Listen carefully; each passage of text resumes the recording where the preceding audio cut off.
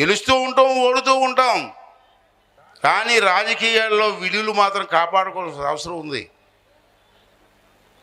మొన్న గత ప్రభుత్వంలో ఎందుకు సాఫ్ట్గా మాట్లాడతానంటే నేను ఇక్కడ కుర్చీలో కూర్చున్నాను. చంద్రబాబు గారు నాకు నోటికి ప్లాస్టర్ వేసేశారు. మామూలు ఇంత ముందులాగా మాట్లాడడానికి నాకు అవకాశం లేదు. అధ్యక్ష అంటే ఏ అమ్మా అనాలి. అంటే ఆ కుర్చీతో విలువది, రాజ్యాంగబద్ధమైన కుర్చీ అది. ఎవరికో కానీ అదృష్టం రాదు. ఈ రాష్ట్రంలో కొద్ది మంది ప్రతిభా భారతి, తంగి సత్యనారాయణ గారు ఇటువంటి పెద్దలు ఎంతోమందికి ఆ కుర్చీలో కూర్చొని రూలింగ్ ఇచ్చారు. ఇప్పుడు నాకు చంద్రబాబు నాయుడు కుర్చీలో కూర్చోబెట్టారు. నా బాడీ లాంగ్వేజ్గా కుర్చీకి సరిపోతుందో లేదు నాకు అర్థం కావట్లే. అది బాధ నాకు. ఇప్పుడు సరే పెద్దలు ఇచ్చారు. నేను మొన్న అసెంబ్లీలో మాట్లాడుతూ మీరు అది చూసి ఉంటారు. నాకు మీరు ఇచ్చింది, చంద్రబాబు నాయుడు గారు నాకు ఇచ్చింది పదవి కాదు, బాధ్యత. ఆ బాధ్యతను భుజాల వేసుకొని నేను పనిచేస్తాను. నష్టపోయిన ఈ రాష్ట్రాన్ని కాపాడుకుందాం.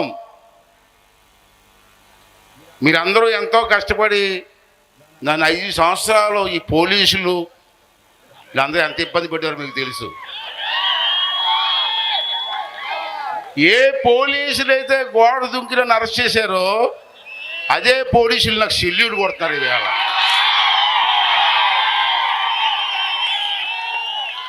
అది దేవుడు రాసిన స్క్రిప్ట్. అదే దేవుడు రాసిన స్క్రిప్ట్ అంటారు చూసారా, అదే. అంచేది మనం కూడా, నేను మనవి చేస్తాను ఇవాళ, నా మీద చాలా బాధ్యత ఉంది. అసెంబ్లీని రన్ చేయాలి. 175 మంది ఎమ్మెల్యేని నేను కంట్రోల్ చేసుకుంటూ నడిపించాలి. మరో పక్క నాకు జీవితాన్ని ఇచ్చిన మిమ్మల్ని అందరినీ కాపాడుకోవాలి అభివృద్ధి పరంగా. ఇంత బాధ్యత నాకు ఉంది. అందుకని నేను మనం చేస్తాను. నాకు భగవంతుడి దయ వల్ల రమేష్ గారు నాకు తోడు దొరికారు ఈవేళ. నిజంగా ఆ రోజు రమేష్ గారు నాకు ఫోన్ చేసి అనకాపల్లి ఎంపీ టికెట్ నాకు ఇస్తా అన్నారు, ఏం చేయమంటారు అయ్యన్న గారు. నా పరిచయం ముందు నుంచి పరిచయం ఉంది నాకు. అడితే లేదు బ్రదర్ రండి, మీరు గెలుస్తారు, గెలిపించుకుంటాం మేము.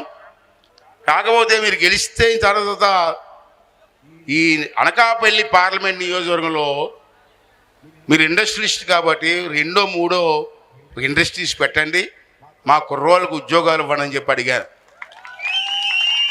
అది ఆ రోజు మాట ఇచ్చారు. ఇంచేదంటే సెంట్రల్ గవర్నమెంట్లో అతను పెద్ద ఇన్ఫ్లుయెన్స్ ఉన్న వ్యక్తి నాకు తెలుసు.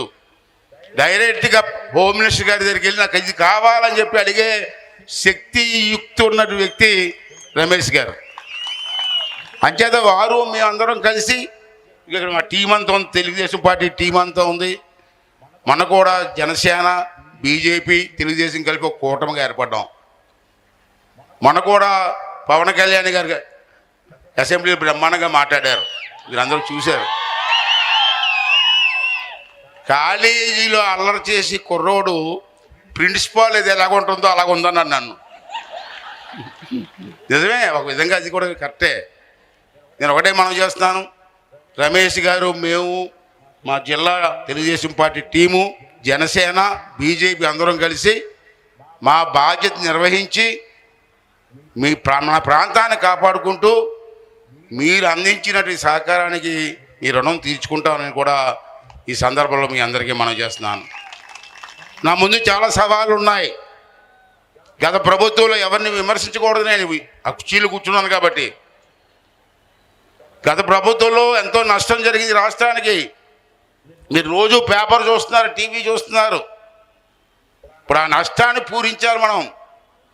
మళ్ళీ మీకు కావలసిన అభివృద్ధి కార్యక్రమాలు చేసుకుంటూ వెళ్ళాలి. అన్ని సవాళ్ళు ఇవాళ మన ముందు ఉన్నాయి.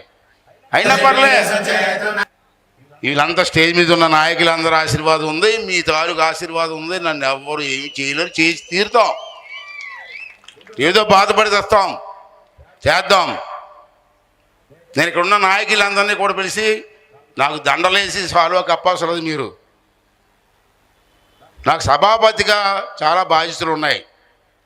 మీరు చాలామంది అనుకున్నారు అయ్యన్న పాత్రి గారు సభాపతి అయిపోయారు, మాకు అందుబాటులో ఉండరేమో అని. నాకు అన్నిటికంటే ముఖ్యం నర్సీపట్నం. నాకు ఈ గౌరవాన్ని ఇచ్చింది నర్సీపట్నం. మీ రుణం తీసుకోవాల్సిన బాధ్యత ఇవాళ నా మీద ఉంది. తర్వాత ఏమన్నా మిగతావన్నీ తర్వాతే. ఇవాళ మీరు చూశారు, నాకు కొంచెం బిజీగా ఉన్న షెడ్యూలే. అసెంబ్లీ అంతా కూడా నడిపించుకోవాలి నేను. కష్టం, బిజీ షెడ్యూలే నాకు. అయినా మీరు ఏమీ అనుకోవసరం లేదు. నేను ప్రతి అసెంబ్లీ టైంలోనే విజయవాడలో ఉంటాను తప్పించి మిగతా టైంలో అంతా ఇక్కడే ఉంటాను నేను. నా తరపున నా పెద్ద కొడుకు విజయ్, రాజేష్ కూడా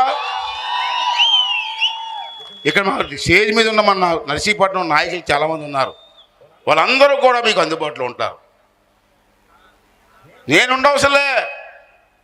మీరు మా ఇంటికి ఎవరు వచ్చినా ఎప్పుడు వచ్చినా విజయ్, రాజేష్ ఉంటారు. వాళ్ళు చెప్పండి, వాళ్ళు నాతో టచ్లో ఉంటారు. మీకు కావాల్సిన పని ప్రతి పని చేయడం కోసం మా కుటుంబం అంతా మీకు రుణపడి ఉంటుందని చెప్పి ఈ సందర్భంలో మీ అందరికీ మనం చేస్తున్నాం. ఈవేళ మన ముందు చాలా ఛాలెంజ్లు ఉన్నాయి. ఇంత జనసేన నాయకులు చెప్పారు, తాండవ, రమణాపల్లి, ప్రభుత్వ ఆసుపత్రి, కాలేజీలు, టిట్కో ఇళ్ళు రంగులేసి ఖాళీగా ఉంచారు. ఇప్పుడు మళ్ళీ నేను వచ్చి రంగులు వేయాలా? వేస్తా, తప్పదు. రంగులు వేస్తాం, బాగు చేస్తాం, మళ్ళీ వాళ్ళందరికీ ఆ ఇల్లు ఇచ్చే బాధ్యత నేను తీసుకుంటాం.